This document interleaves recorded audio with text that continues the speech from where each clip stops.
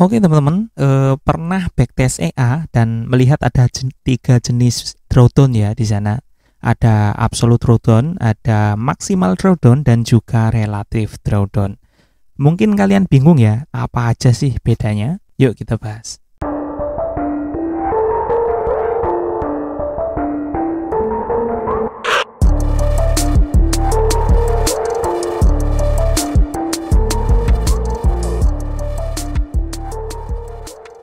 Teman-teman, drawdown itu digunakan untuk mengukur potensi resiko sebuah strategi ya.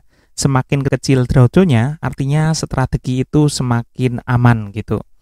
Nah, strategi di sini itu bisa saja dari trading manual, mungkin investasi ya, ataupun juga trading menggunakan expert advisor ya, atau robot trading gitu.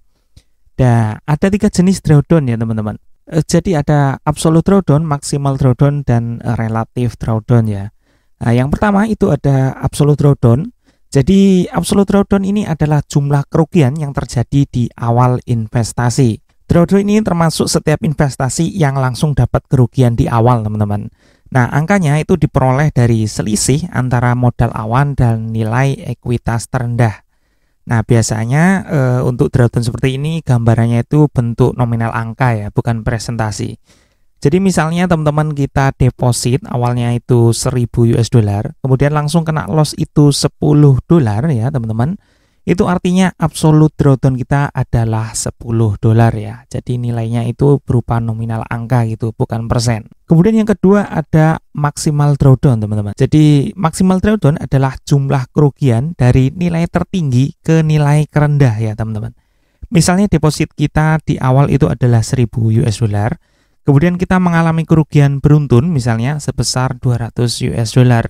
Artinya maksimal drawdown kita adalah 200 US dollar atau 20% teman-teman. Nah yang ketiga ini adalah relative drawdown ya. Nah, dalam beberapa artikel ya dijelaskan kalau relative drawdown itu adalah maksimal drawdown itu dalam bentuk presentase ya teman-teman ya. Tapi dari pengalaman saya yang berulang kali menguji strategi ya, saya lebih sepakat untuk mengatakan bahwa relative drawdown itu adalah nilai kerugian dari floating tertinggi ke floating terendah ya teman-teman ya.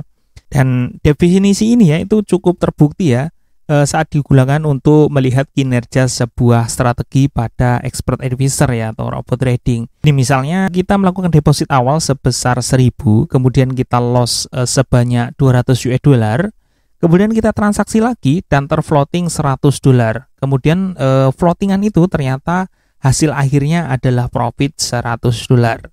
Nah, artinya teman-teman, relatif drawdown kita itu adalah 30%, sedangkan maksimal drawdown kita itu tetap 20% ya, teman-teman. Jadi relatif drawdown ini cukup efektif ya untuk menilai drawdown pada sebuah strategi trading ya.